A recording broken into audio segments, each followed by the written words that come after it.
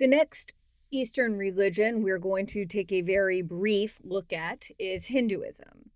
Buddhism actually developed as a result of social change and upheaval in India that resulted in the Buddha's rejection of a number of Hindu tenets. Having said that, there are actually no real central tenets to Hinduism, a little bit like what we saw in Buddhism.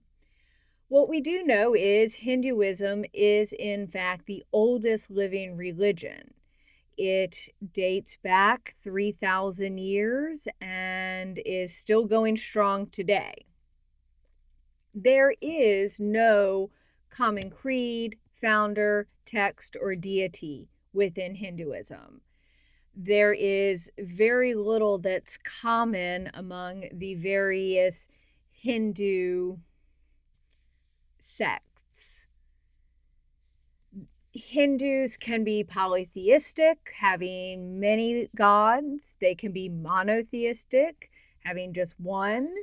They can be henotheistic, which is where we choose one god among many.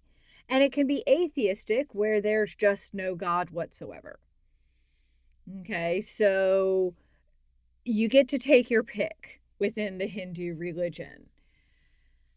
There are approximately over 1 million gods that can be chosen from within Hinduism. Within all these variations, the polytheistic, monotheistic, henotheistic, atheistic, and the various makeups, we've got an all-encompassing number of over 1 million gods that can be chosen. This all seems very complex, right? This all seems, quite frankly, a little overwhelming, and it's incredibly challenging to the Western thinker who's accustomed to religion, one God, or, okay, fine, you want a bunch of them, have a bunch of them. Believers in Hinduism find this all very intuitive. They don't have a real problem with this. And yet, when one comes from the outside, it becomes much more challenging. There are a number of different texts that one can turn to. The most commonly accepted one is called the Vedas. Okay, let me say this now. There are going to be a lot of words that I will almost certainly mispronounce. To anyone who is familiar with the correct pronunciation, I apologize in advance. I'm doing the best I can. The Vedas, which mean knowledge, were actually a set of writings that came from a melding of two different religions around 1500 BCE. So the Vedas are the eternal scripture and the essential reference point for, if not all forms of Hinduism, almost all forms of Hinduism. This is the closest that we're going to come to having a central text for the Hindu religion. Within the Vedas, there are 4 books, and there are 4 sections within the books.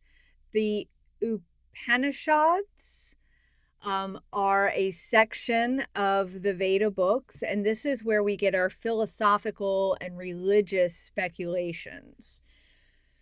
Remember, I said with Buddhism, sometimes we could call an Eastern religion a philosophy, if not as much, or maybe sometimes even more, of a religion. Well, the Upanishads are where we get those philosophical and religious speculations. And so each of the books of the Vedas has a section on this. The Rig Veda is a collection of over 1,000 ancient hymns, and each one invokes a particular god or goddess. The Rig Veda is the oldest of the Vedas.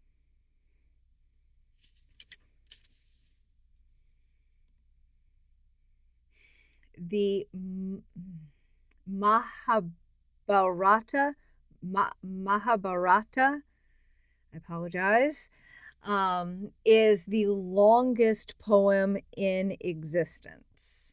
It recounts the ancient conflict between two rather significant families within the Hindu history. It takes place between Krishna and Arjuna. Krishna and Arjuna are two of the most famous participants in this conflict and discussion. And then there is, and this is just, remember, a glance. There's much more than this, but the Bhagavad Gita, I think I said that one right, the Bhagavad Gita is the most highly venerated and influential of the scriptures in Hinduism. It's 700 verses, and it does tell a story of war, but it's not just a story of war, but about the philosophical questions that come from a conflict like that.